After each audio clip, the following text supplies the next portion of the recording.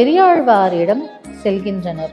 ஸ்ரீரங்கம் நெருங்கி வர காவிரி கரை அருகில் வரும்போது ஆண்டாள் பல்லாக்கிலிருந்து மறைந்துவிட பல்லாக்கு தூக்கிகள் பெரியாழ்வாரிடம் சொல்கின்றனர். பெரியாழ்வார் ஸ்ரீரங்கநாதரிடம் சென்று, ரங்கநாதா, தாங்கள் ஸ்ரீவில்லிபுத்தூர் எழுந்தருளி எனது மகளை மணந்து கொள்ள வேண்டும் என்று கேட்டுக்கொள்ள ரங்கநாதர் அதற்கு சம்மதம் தெரிவிக்கின்றார். ஸ்ரீவில்லிபுத்தூரில் ரங்கநாதர் தனது பரிவாரங்களுடன் வந்து ஆண்டாளை மணந்து கொள்கின்றார்.